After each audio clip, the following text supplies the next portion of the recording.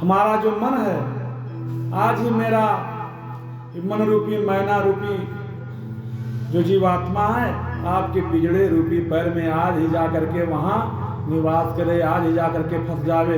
क्योंकि कफ बात पित्ते कंठावरोधेन विधौ स्मरणम कुतस्ते।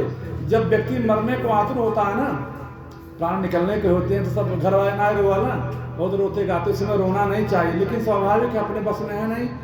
अच्छा, उस समय कहते हैं कि गंगा जल ले आओ डाला, ठाकुर जी के स्नान करा के जल डालिए, सब गरुड़ पुराण में लिखा है, भागवत में ये करना चाहिए। लेकिन लोग कहते हैं कि राम राम एक बार मुँह से कह देते हैं तो जीवन धन्य हो जाता। राम राम जब जीवन भर नहीं कहे तो कैसे निकलेगा? उस समय उनके हाथ में नहीं रहता राम राम करना। जिसने जीवन में पूरी साधना की हो उसके मुख से अंत समय में राम का नाम निकलता है महाराज। उस समय उनका बस नहीं रहता, क्योंकि गला अवरुद्ध हो जाता, कफ घेर लेता है।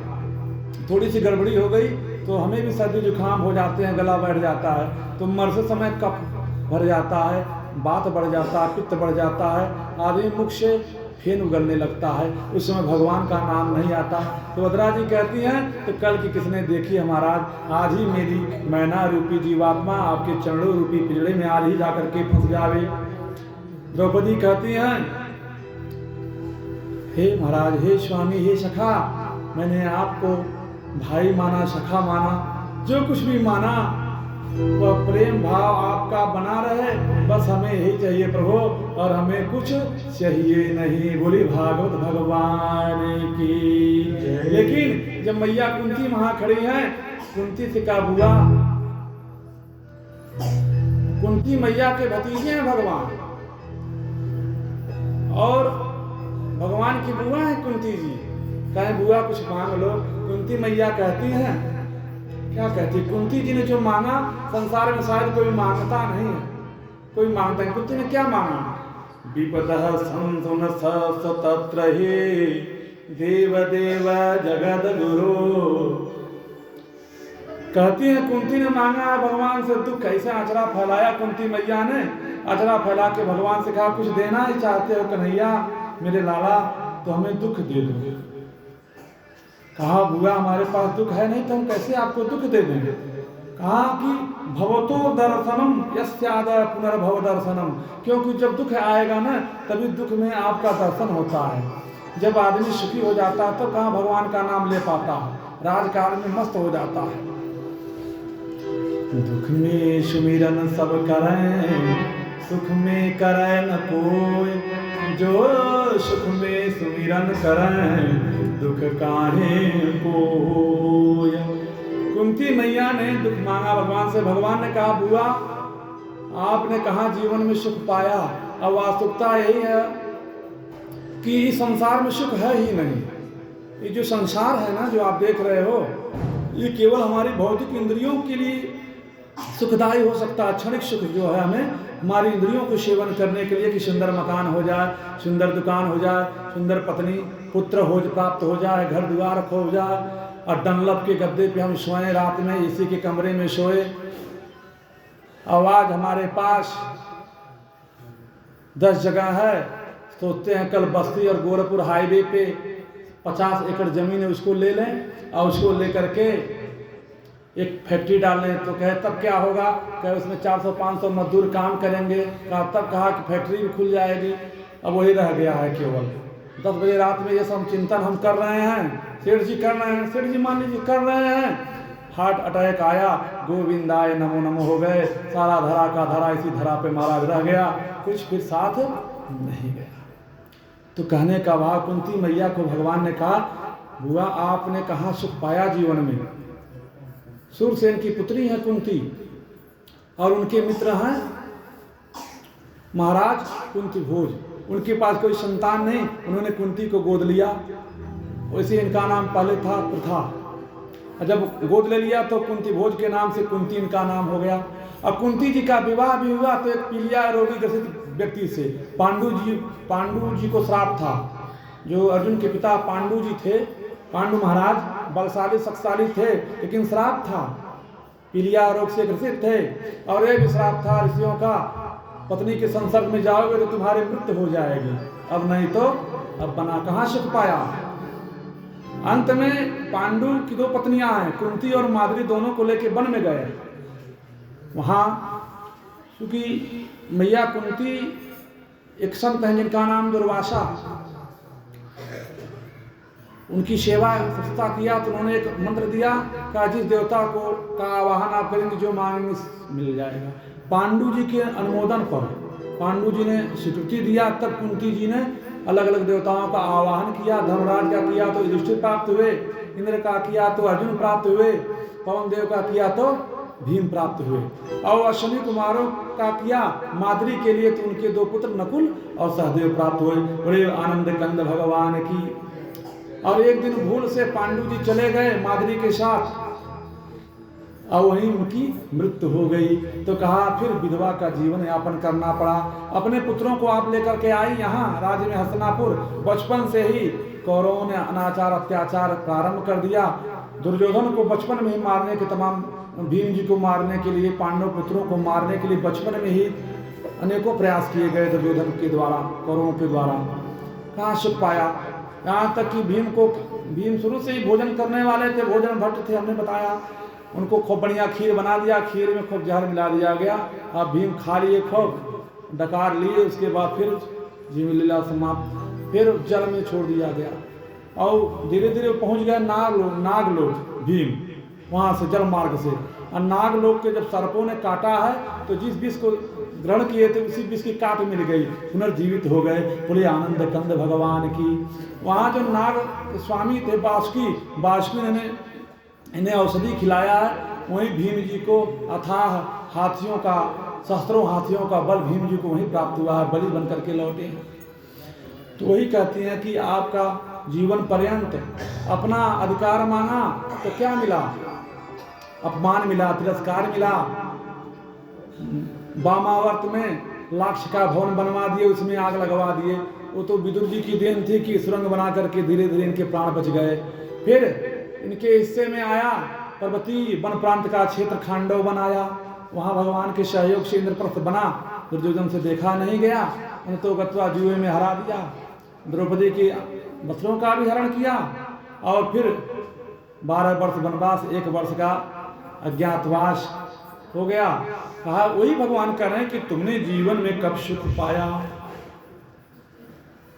तो कहते हैं कुंती जी, विबुधो नैव विपदः संपदो नैव संपदा। बड़ी सुंदर बात कही। कहती हैं उस विपत्ति को विपत्ति नहीं कहते, उस संपत्ति को संपत्ति नहीं कहते, उस विपत्ति को विपत्ति नहीं कहते जिसमें उस विपत्ति, जिस विपत्ति में भगवान स्वयं सामने, उसको विपत्ति नहीं कहते। और उस संपत्ति को संपत्ति नहीं कहते जिसमें भगवान का न नाम हो न भगवान का ध्यान हो, उसको संपत्ति नहीं कहते। और वह विपत्ति सबसे बड़ी संपत्ति बन जाती है जब भगवान का साथ प्राप्त हो। और संपत्ति भी सबसे बड़ी विपत्ति बन जाती है जब भगवान उस संपत्ति में भगवान का ध्यान न आवे। बोले आनंद कंद भगवान की। और सबको देख करके जब द्वारिका चलने लगे भगवान, तो भगवान पांडव रोने लगे, बड़ा आग्रह किया। एक बात याद आ गई।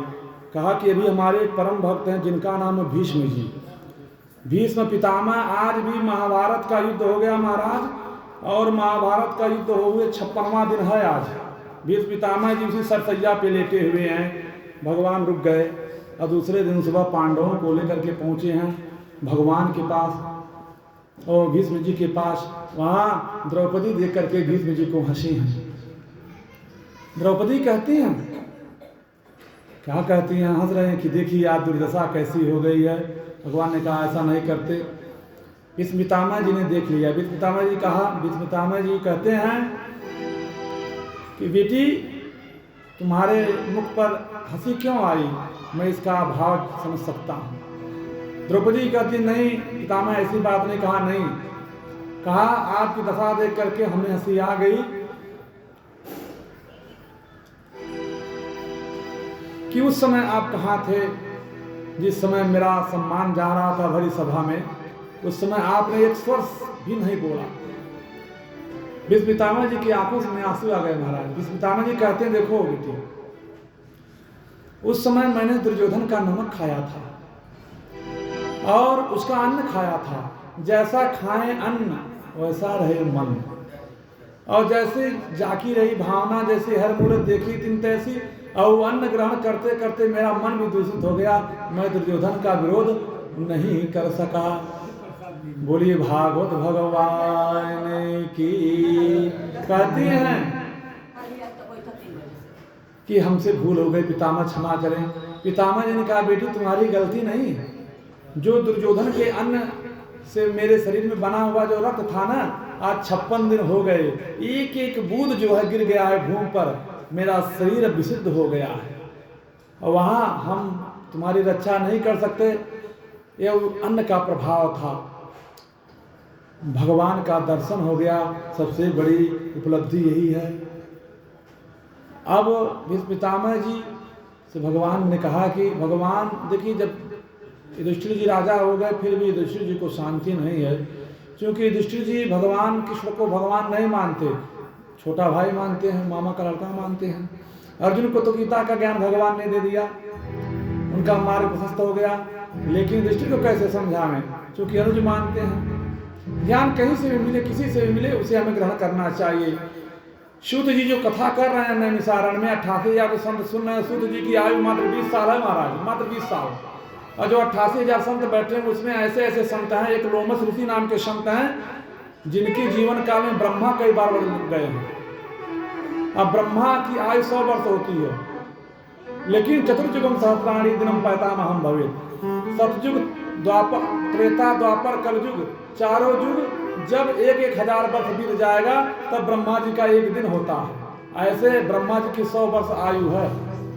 ऐसे ब्रह्मा जी कई बार व्यतीत गए, ऐसे उसमें लोमस ऋषि बैठे हुए हैं, कथा सुन रहे हैं। कोई 10,000 वर्ष, कोई 50,000, कोई लाख वर्ष का, तो उनसे नहीं होती है। कहा कि ज्ञान से जो करोड़ों अज्ञान के अंधकारों को अपने ज्ञान की रोशनी से दूर कर दे, वही ज्ञानी होना चाहिए बस, उसमें आयु की विशेष महत्ता नहीं। अंधतो गत्वा, वहां उन्होंने कहा इनको समझाइए, तो भीष्म जी ने बड़ा सुंदर उपदेश किया, युधिष्ठिर को समझाया है दान का क्या मतलब होता है। दान धर्मान, राज धर्मान, मोक्ष धर्मान विभागशः। दान की क्या महिमा होती है, एक राजा का क्या कर्तव्य होता है, मोक्ष कैसे प्राप्त होता है, सब बताया। कहा बेटा देखो, धन की केवल 3 गति है। क्या क्या? पहला है भोग, भोग करो। उसके बाद दूसरा है दान, अपने आय का दशांश धर्म में खर्च करना चाहिए, तो वह धन क्या हो जाता है, पवित्र हो जाता है। अगर हम नहीं करेंगे तो नाशोस्तु तृतीय गति, तीसरा समय आएगा और रखा हुआ धन पूरा स्वतः नष्ट हो जाएगा। यह प्रकृति का नियम है। तो कहा इसलिए दान करो, इतना वितरण कर सको। एक राजा का कर्तव्य होता है कि अपनी प्रजा को अपने पुत्र के समान प्रेम करे, जितना हो सके धन का वितरण करे, बंटवारा करे, प्रजाओं को खुश रखे। तमाम उपदेश किए हैं। यह भीष्म गीता से, श्रीमद् महाभारत में जो है, महाभारत पर्व में भीष्म गीता के नाम से उपदेश आज भी है। जिसे भगवान ने युद्ध के क्षेत्र में अर्जुन को गीता का उपदेश दिया है, यहाँ भी भीष्म पितामह जी ने युधिष्ठिर को बड़ी सुंदर सुंदर बातें, उसको भीष्म गीता के नाम से बताया जाता है। कहा कि दान की बड़ी महिमा है, इसलिए बेटा जितना हो सके दान करो। जिसने दान किया वही फिर प्राप्त कर पाएगा, नहीं तो लक्ष्मी चंचला है, आज यहाँ तो कल वहाँ। इसने दान नहीं किया तो फिर अगले जन्म में उसे निर्धन निश्चित बनना है, तय है। और जिसके देखिए, मधुमक्खी एक एक बूंद शहद इकट्ठा करती है, क्या उसके लिए वह लाभ मिल पाता है? मधुकड़वा आया, धुआं दिखाया, छाता काट के सारा मधु लेके चला जाता है। मधुमक्खी के कि हम अपने भविष्य के लिए रखते हैं, मधुमक्खी के लिए मधु का एक बूंद भी काम नहीं आता, इसलिए दान करना चाहिए। कहा लक्ष्यम विहाय दानम, कहा लाख काम छोड़ करके दान करना चाहिए। और राजा का क्या कर्तव्य होता है? राजा का कर्तव्य होता है कि भले 4 दुराचारी छूट जाएं, निर्दोष साबित हो जाएं, लेकिन किसी निर्दोष को हमें सजा नहीं देना है, दंड नहीं देना है। एक राजा का यही कर्तव्य होना चाहिए, कहीं निर्दोष न फंस जाए, बस राजा इतना विचार करे। मोक्ष धर्मान का धर्म, अर्थ, काम, मोक्ष, 4 पुरुषार्थ है महाराज का। धर्म हमने कमाया, अर्थ कमाया और काम का भी सेवन किया, अंत में मोक्ष की प्राप्ति के लिए भगवत चिंतन प्रारंभ कर लेना चाहिए, क्योंकि समय बहुत कम है और इसलिए हमें भगवत चिंतन में ध्यान देना चाहिए। अंत में बड़ा सुंदर उपदेश दिया, तन पवित्र सेवा किए, धन पवित्र कर दान, मन पवित्र हरि भजन सो, होत त्रिविध कल्याण। का जब हम साधु संत ब्राह्मणों की सेवा करते हैं, अपने यहाँ पधारे हुए अतिथियों की सेवा करते हैं, तो हमारा तन पवित्र हो जाता है महाराज। इसलिए बड़े बड़े हमने देखा, बड़ों बड़ों तमाम अरपति करपति नौकरों से नहीं, स्वयं ब्राह्मणों की सेवा करते हैं, संतों की सेवा करते हैं, और जितना अवसर मिले उतना कम। बड़े बड़े राजाओं महाराजाओं के यहाँ जब संत महात्मा ऋषि पहुंचते, जानते हैं क्या करते थे राजा महाराजा लोग? महात्मा को ले जाकर के, अपने गुरु जी को या ब्राह्मण देवता को ले जाकर के अपने सिंहासन में बैठा देते थे, उनका पैर धोने लग जाते थे, सारा उनका अर्जित पुण्य ले लेते थे उनकी सेवा करके। वह पुण्य स्वतः डाइवर्ट हो जाता है बिना मांगे, बिन मांगे। और उसके बाद इतना सेवा करके गदगद हृदय से आशीर्वाद लेकर के जब वो जाते थे तो पुनः तपस्या करते थे, पुनः पुण्य अर्जित होता था। तो हमें ऐसी सेवा करनी चाहिए, यह तन पवित्र हो जाता है सेवा करने से। धन पवित्र कर दान, दान धर्म सत्कर्म करेंगे, दान करेंगे तो हमारा धन पवित्र हो जाएगा। और मन पवित्र कैसे होता है? भगवत भजन तो आप लोग कर ही रहे हो, और भगवत भजन करने से मन पवित्र हो जाता है।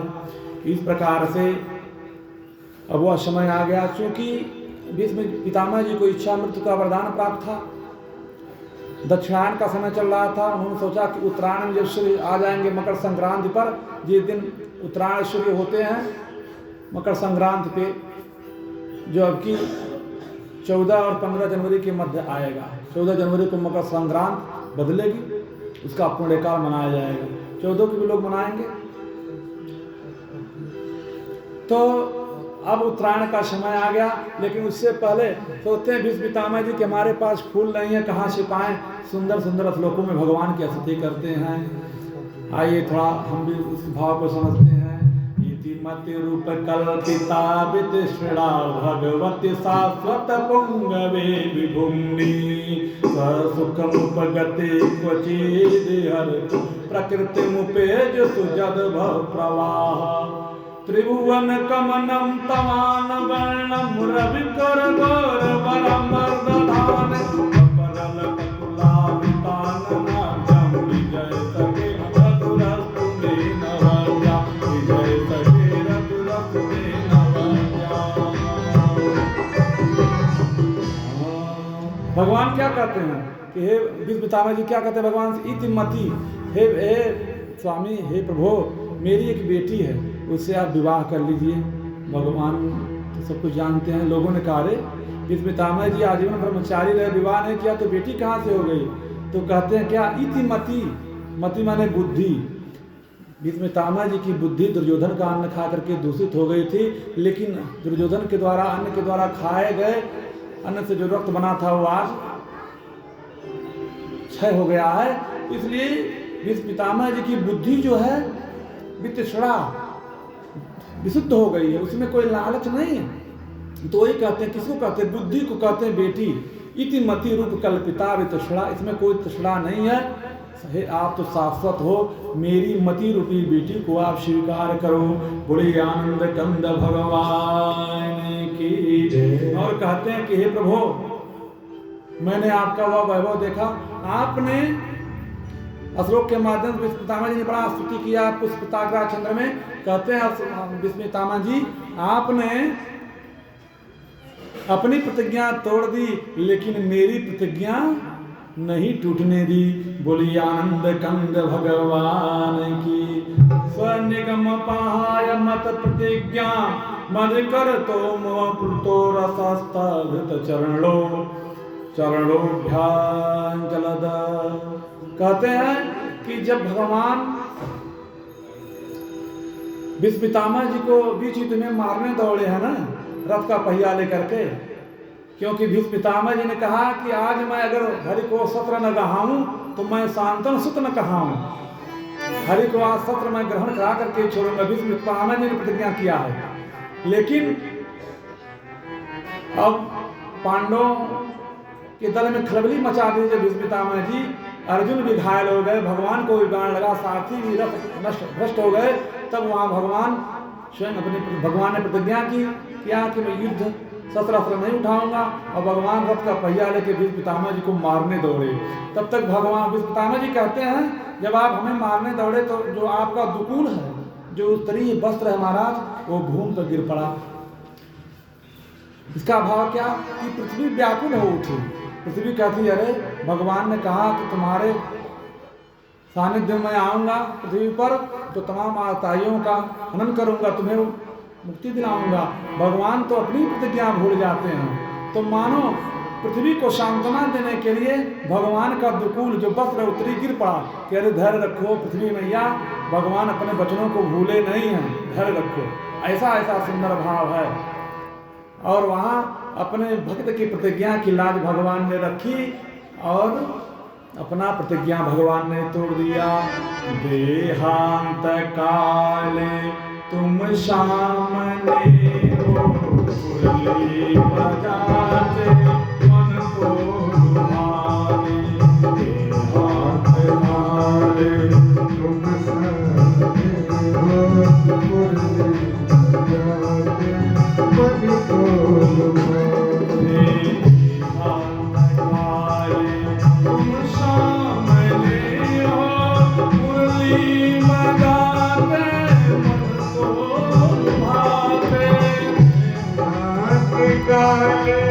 तुम सामने हो, मुरली बजाते मन को लुभाते।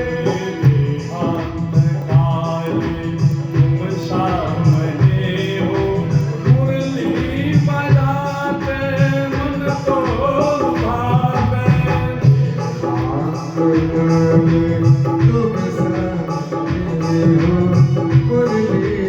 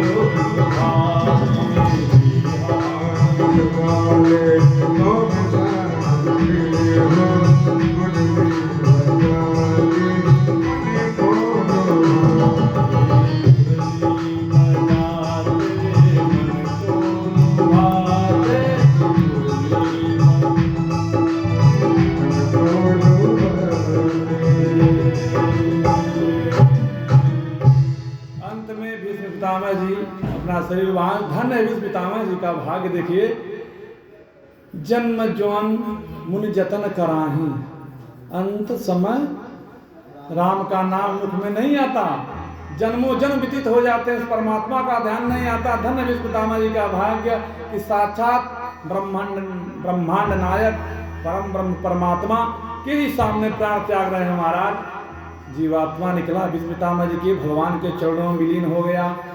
अंत में भगवान भी वहां से आए द्वारिका। अगर द्वारिका आए तो द्वारिका आने के बाद इधर अर्जुन पहुंचाने आए हैं और भगवान के घर में भी अपने गृह क्लेश मचा हुआ है। हमने कहा ना कि मनुष्य को बिगड़ने के 4 साधन हैं, जवानी, सुंदरता, संपत्ति, उच्च अधिकार प्राप्त हो जाना। तो भगवान के जो है कुल मिला जुला करके बंधु बांधव परिकर संबंधी सब कुछ मिला करके 56 करोड़ यदुवंशी थे महाराज। अब श्राप बस उसी कथा आगे आएगी, लेकिन श्राप बस आपस में जो है प्रभावित हुए और संहार हो गया और भगवान भी सावधान को चले जाते थे। वहां से जब भगवान के ही उपदेश के द्वारा तमाम जो भगवान की पत्नियां हैं सबको लेकर के अर्जुन के साथ कर दिए कि जाओ अब लेकर के इनको और जो है एक नगरी बसा करके मथुरा इत्यादि वहीं जो है इनका आवास इत्यादि बना करके एक राज्य स्थापित करना। वहां से अर्जुन लेके चले हैं, लेकिन अर्जुन जंगल में आए हैं, वही अर्जुन है, वही गांडीव है, लेकिन आज शक्ति काम नहीं कर रही है महाराज। कुल्ल भिल्ल लूट लेते हैं वन में। अर्जुन का न बाण चला न गांडीव धनुष उठा, तो सब समय का खेल है महाराज। एक समय रावण ने 10 दिशा जीत लिया, एक समय 10 शीश काटा गया रण में। एक समय रावण ने 10 दिशा जीत लिया, एक समय 10 शीश काटा गया रण में। एक समय कृष्ण चंद्र अर्धरात्रि भागी गयो, एक समय कंस को पछाड़े क्षण भर में। एक समय अर्जुन ने महाभारत जीत लियो, एक समय कुल्ल बिल्ल लूट लियो वन में। और अन की गिनती गनाऊं मैं कहाँ ले, 3 दशा होती दिवाकर के दिन में। इस समय का खेल है महाराज। समय ही बलवान होता। हम आपने एक से राजा तपस्वी मनस्वी तस्वी दानवी आए चले गए, हम आप किसकी। और फिर समय से जो जागृत नहीं हो गया, समय से जो जागरूक नहीं हुआ, फिर उसको समय ने समय नहीं दिया। अब आए तब बड़ा दुखी थे। जब युधिष्ठिर जी को अर्जुन ने बताया है ना, तो हम कहा कि हमारा भी समय आ गया। तो परीक्षित जी को बुलाए हैं। अभी परीक्षित जी की आयु इतनी नहीं हुई है, लेकिन बड़ा सुंदर उपदेश दिया, बड़ा अच्छे संस्कार भी दिए परीक्षित जी को। कहा बेटा देखो, अभिवादनशीलस्य नित्यं वृद्धो विसेविनः चत्वारि तस्य वर्धन्ते आयुर्विद्या शिवबलम्। भागवत में हर प्रश्न का उत्तर है महाराज। ये विशेषकर बच्चों के लिए है, समझाया गया है। जैसे युधिष्ठिर जी परीक्षित जी को समझा रहे हैं, वैसे ये सभी बालों के लिए है, बच्चों के लिए है कि अगर हे पुत्र अपने से बुजुर्ग वृद्ध माता पिता की सेवा करोगे तो तुम्हें कभी किसी चीज की भविष्य में समस्या नहीं होगी। आयुर्विद्या शिवबलम नित्यम अभिवादनशीलस्य चत्वारि तस्य वर्धन्ते। आयुर्विद्या शिवबलम, अभिवादन करोगे, सम्मान करोगे तो आयु विद्या शौर्य बल बढ़ेगा। ये तो बच्चों का कर्तव्य है अपने के बड़ों के प्रति, लेकिन माता पिता का भी कर्तव्य अपने बच्चों को सुंदर शिक्षा दें। कहा कि माता शत्रु पिता वैरी न बालो न पाठिता न सोवते सभा मध्य हंस मध्यो वकोयथा। जो माता पिता अपने पुत्र को अच्छी शिक्षा नहीं देते वो शत्रु हैं, ये भी बताया गया है। उसी प्रकार शोभा पाते हैं जैसे बगलों के बीच में हंस। सम्मान कहाँ पाता है हंस? बगलों के बीच में अगर एक हंस आ जाए तो बगलों का तो भोजन है मछली, मांसाहार करते हैं, लेकिन हंस का तो भोजन है मोती चुगना। बगलों के बीच में हंस कहाँ सम्मान पाएगा। उसी प्रकार से और क्या कहते हैं, शुष्क काष्ठाच मूर्खाश्च न नमन्ति कदाचन। शुष्क माने सूखी लकड़ी कभी मुड़ती नहीं, कभी झुकती नहीं, वो मुड़ेगी नहीं पहले, और मुड़ेगी तो टूट जाएगी। का उसी प्रकार मूर्ख व्यक्ति जो होता है वो झुकता नहीं है।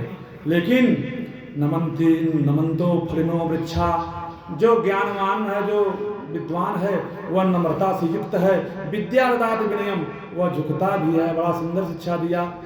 कहा कि जैसे फलदार वृक्ष झुक जाता है अपना फल औरों के लिए देने के लिए, ठीक इसी प्रकार जो नम्र होगा, विद्वान होगा, ज्ञानवान होगा, वो झुक जाएगा। बहुत सुंदर शिक्षा दिया। अंत में पांचों पांडव जो है परीक्षित जी को राज्य दे करके चले गए। अब उस समय जिस समय पांचों पांडव गए हैं, उसी समय कलयुग की गति आ गई, हमारा समय आ गया है। परीक्षित जी का शासन महाराज सूर्य के उदयाचल से लेकर अस्ताचल तक था। जहां सूर्य उदय होते थे, जहां अस्त होते थे, वहां तक था। संपूर्ण भारत भूमि एक छत्र सम्राट थे परीक्षित जी। और जब तक परीक्षित जी रहते तब तक कलयुग की सत्ता नहीं आ सकती थी। कलयुग इसी ताक में था कि कैसे परीक्षित जी को रास्ते से हटाया जाए। अब धर्म देखिए, 4 युग हैं तो धर्म के 4 चरण भी हैं, धर्म के 4 चिन्ह भी हैं। सत्य, दया, दान, पवित्रता। जब सतयुग खत्म हुआ तो सत्य खत्म हो गया। जब त्रेता गया तो दया खत्म हो गया। और जब कलयुग गया तो पवित्रता खत्म हो गया। केवल एक ही धर्म का पैर बचा हुआ है, दान। कुछ दान है भी।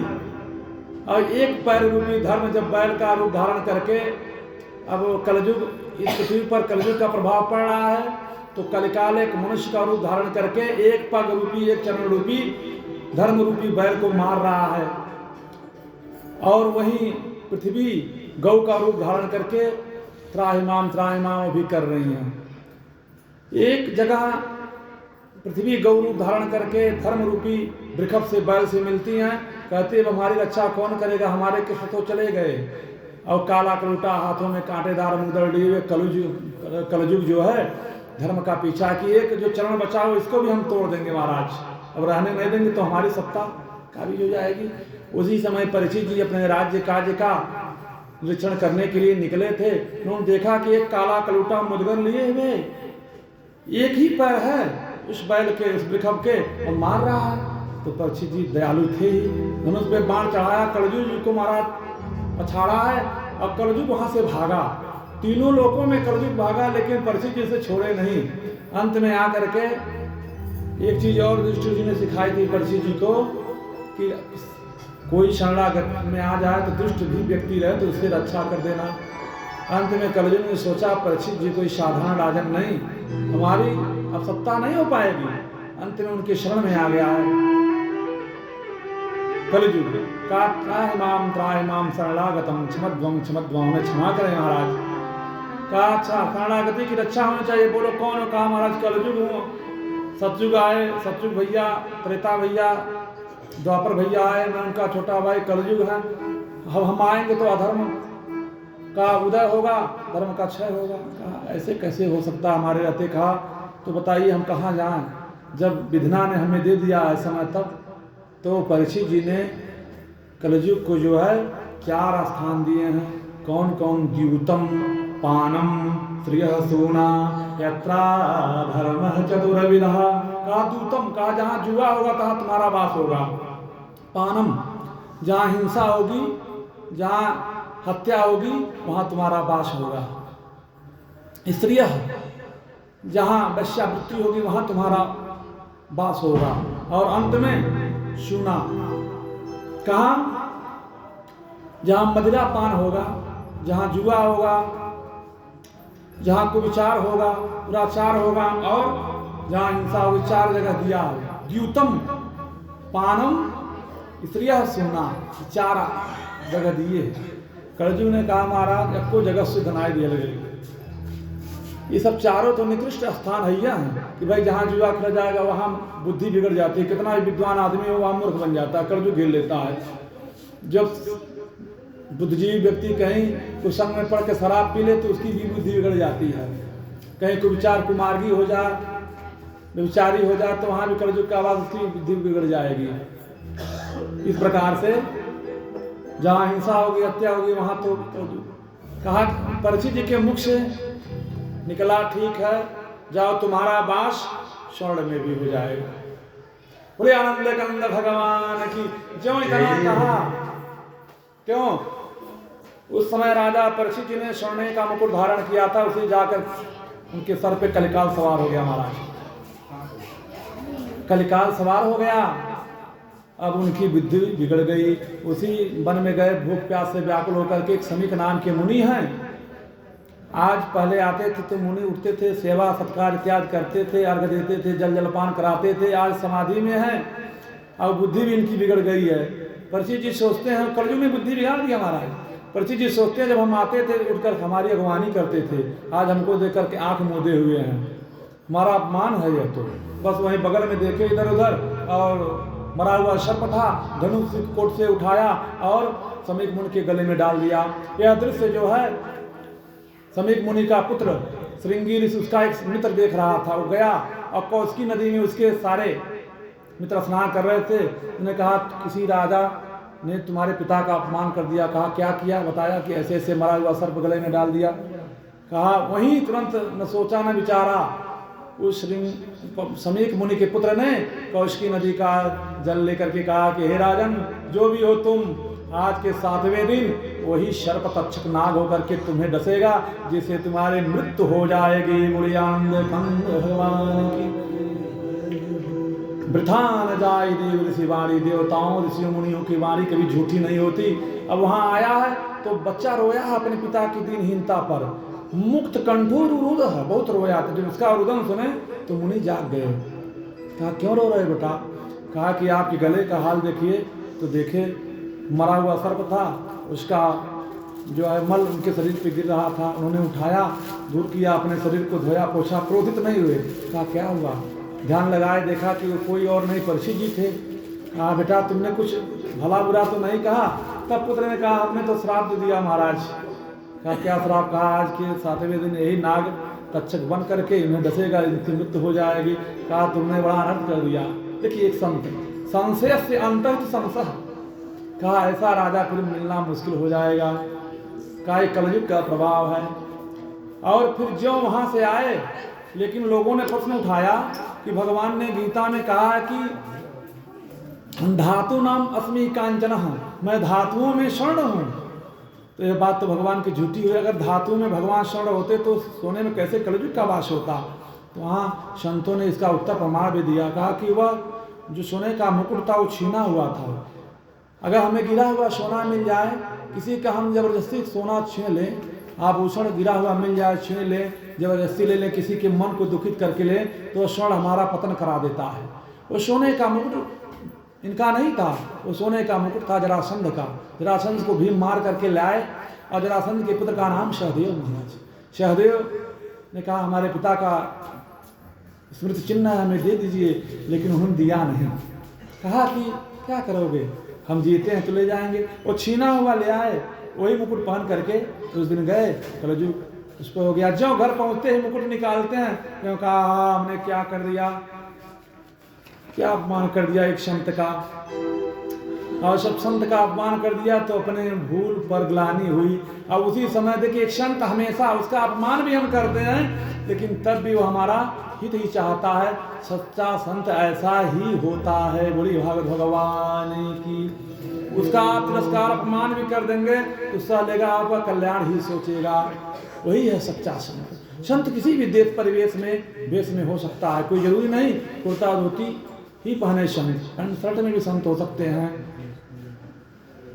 मनुष्य का बड़प्पन उसके कपड़ों से नहीं, बल्कि उसके विचारों से जाना जाता है, उसके ज्ञान से जाना जाता है। अंततो गत्वा गौरमुख नाम के शिष्य को भेज दिए, तुरंत जाओ राजा को सूचना दे दो कि ऐसी ऐसी बात है। 7 दिन का समय उनके पास, आज के बाद बतेगा। आप तो आज के बाद 7 दिन बचेगा, जाओ कर जो जत्न कर पाए कर लेने, 7वें दिन तुम मरना निश्चित है। और इधर मुकुट निकाल के ग्लानि कर रहे थे, तब तक वो गौरमुख नाम का शिष्य आ गया महाराज। कहे कि ऋषि ने भेजा, आए बुलाया, कहा कहो, कहा ऐसी ऐसी बात है, आपको श्राप लग गया, आज के 7वें दिन आपको जाना है। कहा अच्छा हुआ, हमें ऐसा ही होना चाहिए हमारे साथ। और सूचना देकर चला गया। सोचते हमारे पास 7वें दिन बचा है। तुरंत अपने पुत्र को बुलाया, जन्मेजय को, राज सिंहासन पर तिलक कर दिया, बेटा अब तुम देखो, और केवल हमारे पास 7 दिन का समय बचा हुआ है।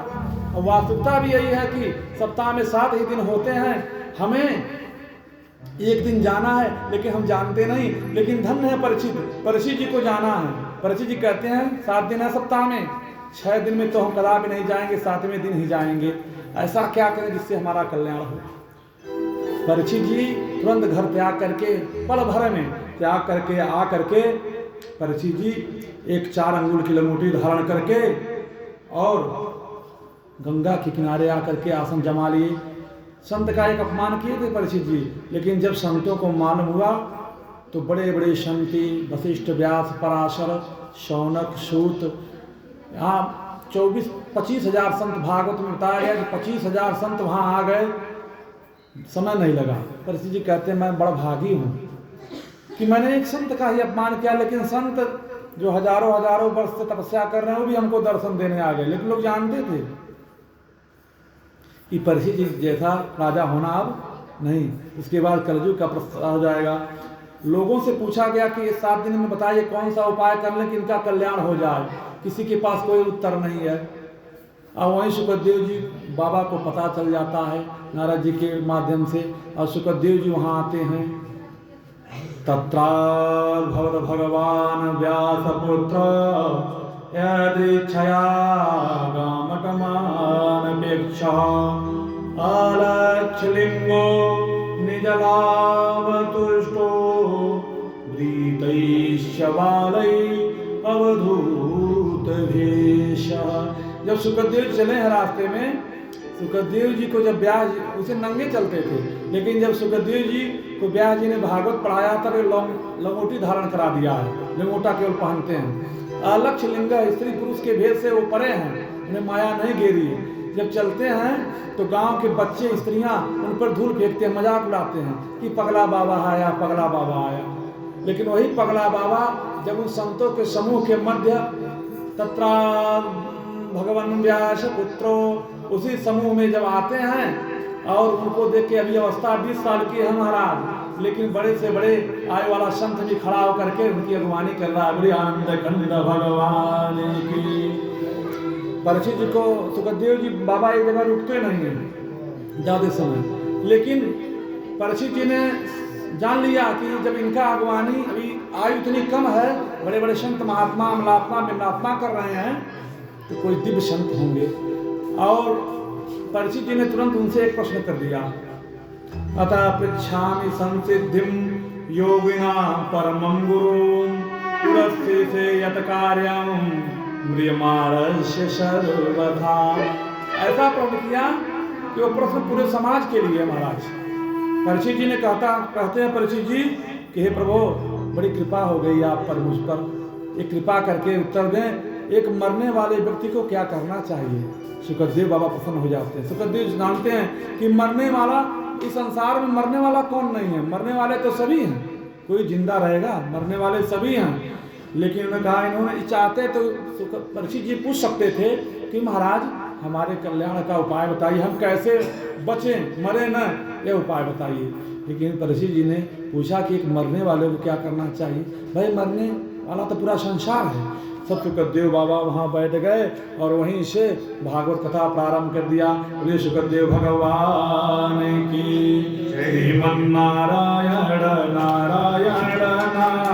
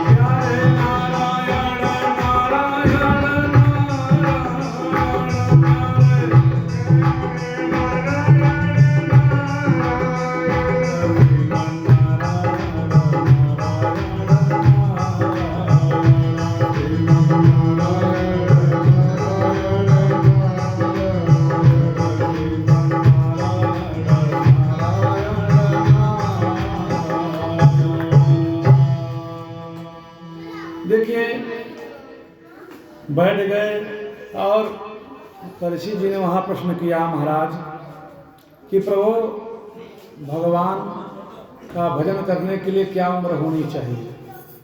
सुखदेव जी बाबा कहते हैं कि देखो वैसे तो 4 युग हैं, सतयुग, त्रेता, द्वापर और कलयुग। सतयुग में लोग 10,000 वर्ष तक जीवित, 1 लाख वर्ष जीवित रहते थे सतयुग में। 1 जीरो वहां से हट गया। जब त्रेता आया तो त्रेता में 10,000 वर्ष लोग जीवित रहते थे, और जब द्वापर आया तो उसमें से भी 1 जीरो निकल गया। फिर द्वापर में 1,000 लोग जीवित, 1,000 वर्ष जीवित रहते थे। जब कलयुग आया तो 100 वर्ष, 1 जीरो वहां से भी हट गया, 100 वर्ष लोग जीवित हैं। आज जो पुराने लोग हैं वही 100 वर्ष जी पाते हैं।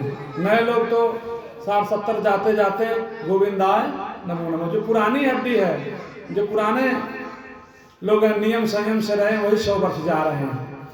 तो कहने का भाव यह है, कहा कि 100 वर्ष ही मान लीजिए तो 50 वर्ष तो हो गई रात्रि।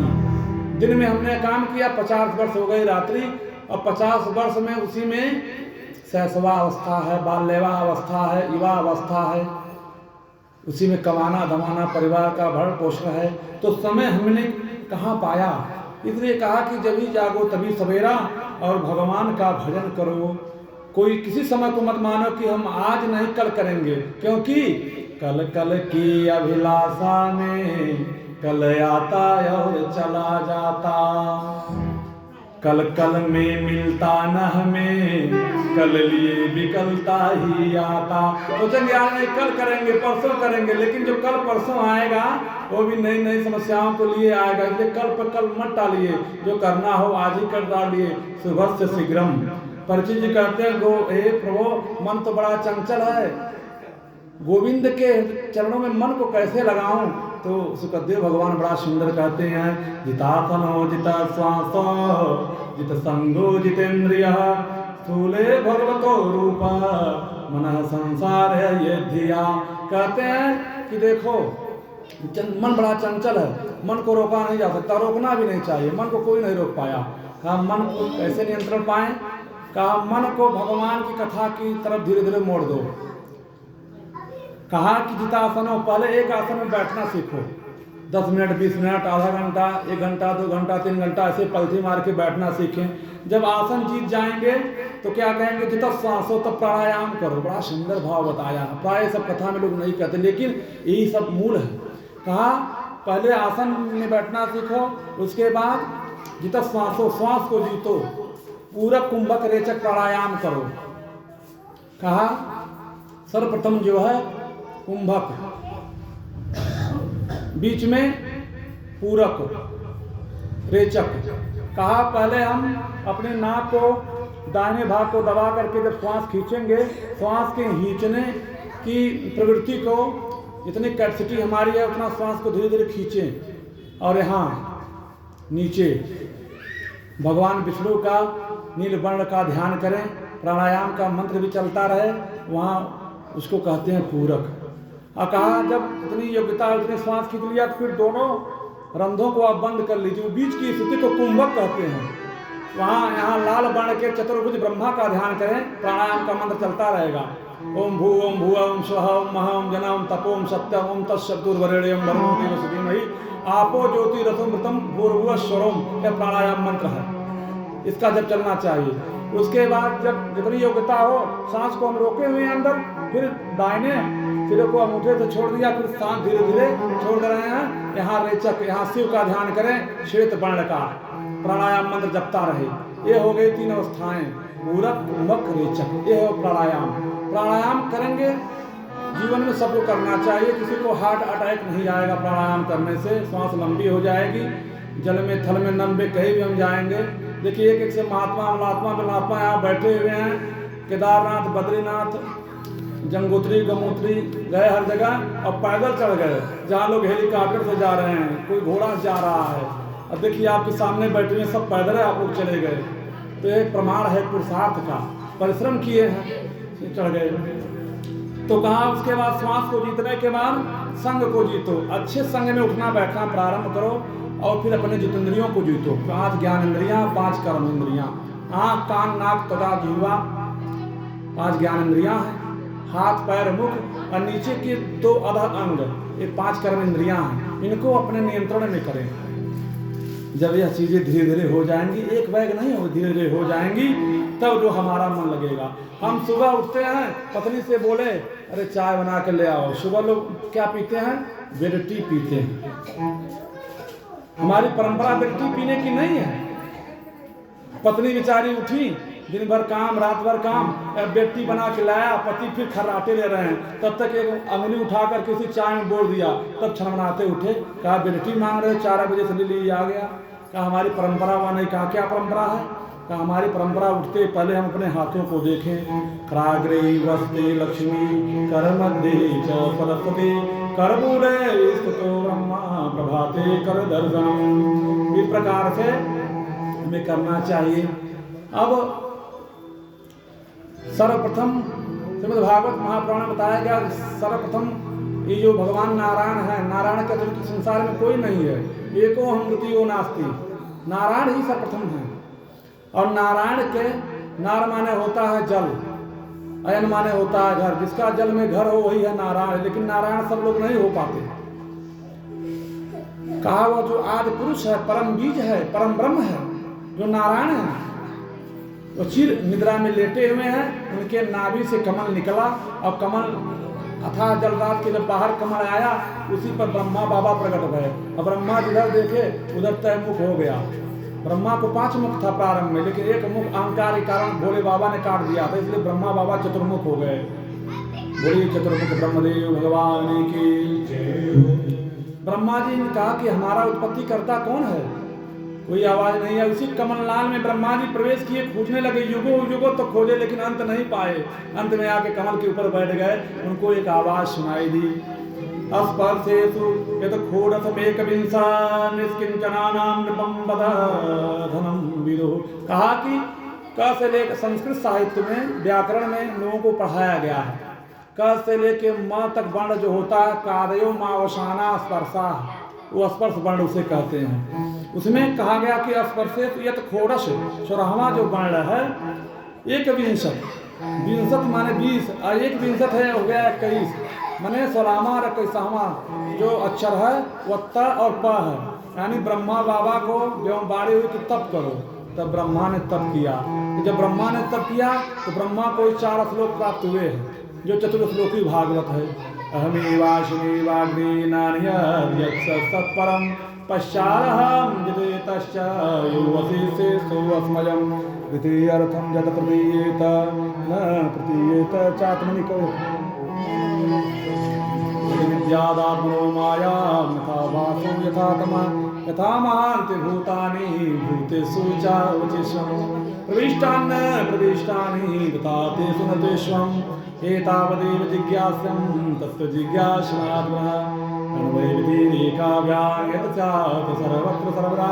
ये जो 4 श्लोक हैं यही ब्रह्मा बाबा को मिला। और यही 4 श्लोक जो है ब्रह्मा बाबा ने नारद को उपदेशित किया है। यही 4 श्लोक नारद जी ने व्यास को बताया है, इसी से भागवत की रचना हुई है। बोले आनंद कंद भगवान की। और ब्रह्मा बाबा को 5 महाभूत प्रदान किए गए, तब ब्रह्मा जी ने सृष्टि किया है। कौन कौन है? क्षिति जल पावक गगन समीरा, जल पावक गगन समीरा,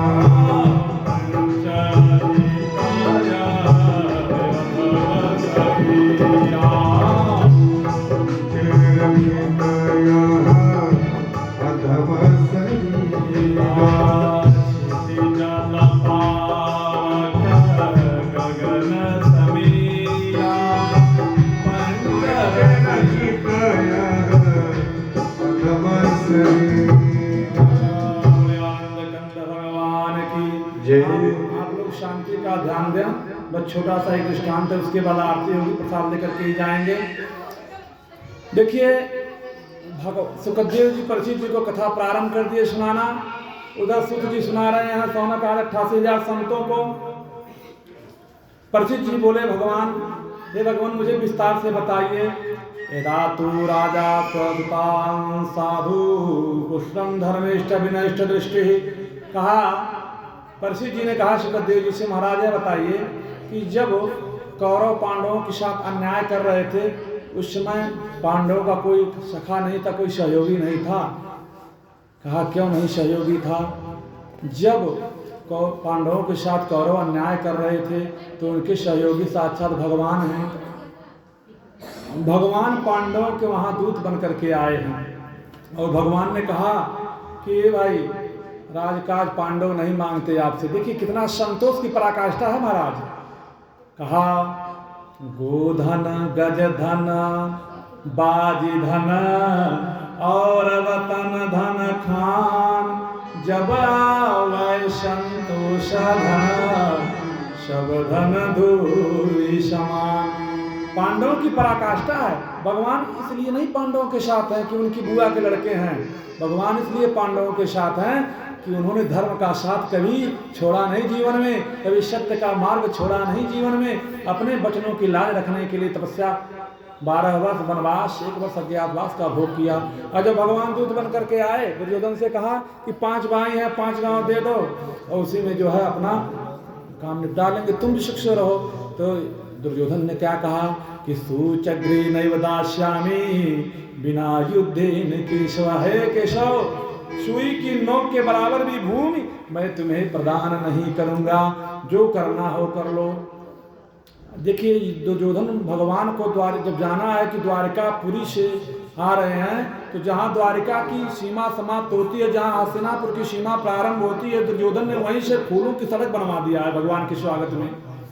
बड़ा सम्मान करने के लिए सड़क बनवा दिया, भगवान का रथ उसी से आया है। और घर में अंदर अंतपुर महल में हजारों प्रकार के महाराज पकवान व्यंजन बने हुए भगवान को, लेकिन मलिन है मन न। दुर्योधन का मन भाव तो दिखाया कि इनको अपने में कर लेंगे। और एक चीज और, भगवान के परम भक्त हैं विदुर जी, और विदुर जी का तिरस्कार करके दुर्योधन ने पहले ही निकाल दिया था। विदुर जी समझा रहे थे धृतराष्ट्र को कि आपके पुत्र अन्याय कर रहे हैं पांडवों के साथ, अब तो अपने आप तो जन्म से वैसे भी अंधे हैं, लेकिन क्या आपका ज्ञान भी अंधकार में डूब गया है? आपको सुनाई दिखाई देना तो पहले ही बंद है, क्या आप सुनाई भी नहीं देता? अरे अपने पुत्र के मुंह से जागो, न्याय करो भैया।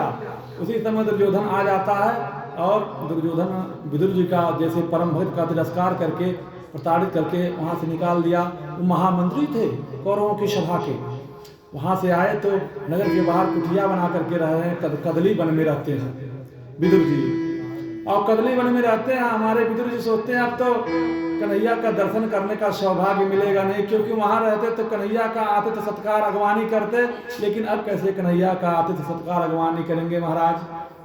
अब तो पता नहीं मेरा कन्हैया उन लाखों को भीड़ में मुझे देख पाएगा कि नहीं। लेकिन जब भगवान दुर्योधन के महल में प्रवेश किए हैं तो उन लाखों की भीड़ में हमारे विदुर जी कन्हैया को देखे हैं, और लाखों की भीड़ को छोड़ करके भगवान की नजर जो है विदुर जी से मिल गई। धन्य है विदुर जी का भाग। देखिए जिसने कन्हैया को जीवन में अपना लिया ना, हमारा कन्हैया चाहे लाखों नहीं करोड़ों की भीड़ हो उसे खोज ही लेता है। भगवान ने भी देख लिया, और भगवान ने मानो इशारों में हमारे प्रभु ने कह दिया कि चलिए भोजन तो आप ही के वहाँ होगा। इधर इसने कहा कि सूचक्रे नहीं दास्यामि बिना युद्धेन केशव, सुई की नोक के बराबर घूम नहीं दूंगा। अंत तो गत्वा दुर्योधन घर मेवा त्यागे साग विदुर घर खाए।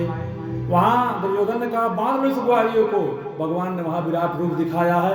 वहां से सीधे भगवान आ गए हैं विदुर जी के वहां विदुर जी घर पे नहीं है और भगवान वहां आ गए। भगवान विदुर जी घर पे आए तो अपनी पत्नी से कहा, कन्हैया ने हम मानो इशारों में कह दिया कि हमारे घर जो आ जाएंगे तो कुछ खाने को है नहीं, अभी वो चले गए बाजार, कुछ माखन मिश्री ले लें, कुछ रसमलाई इत्यादि ले लें, कन्हैया को क्या खिलाएंगे। और हमारे कन्हैया तो माखन मिश्री के नहीं तो भाव के भूखे हैं। भाव का हूँ मैं भूखा, भाव ही एक सार है, जो भाव से भजता मुझे भव सागर से बेड़ा पार है, भव सागर से बेड़ा पार है। इसलिए जो भगवान को भाव से भजता है वही प्राप्त करता है भगवान को। जाति पाति पूछ ही नहीं कोई, राम को भजे सो राम कहोई।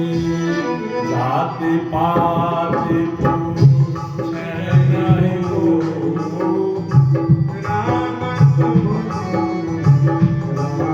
कहोई। जाति पाति पूछ ही नहीं कोई, हरि को भजे सो हरि कोई।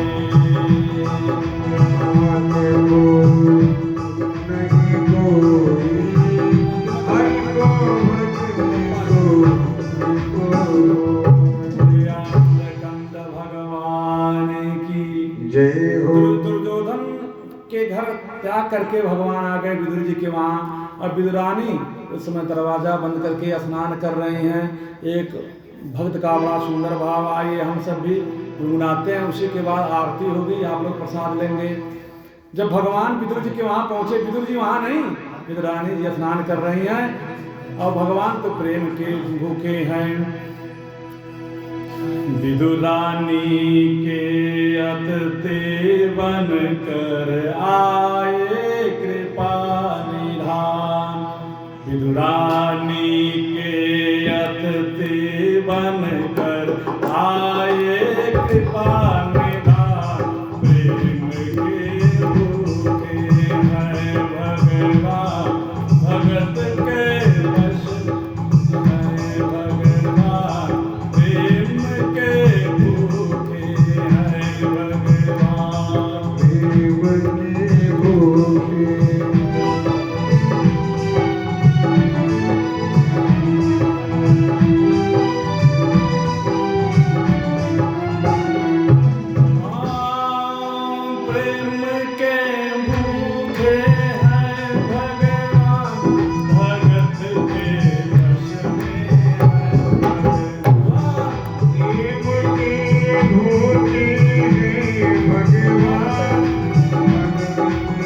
भगवान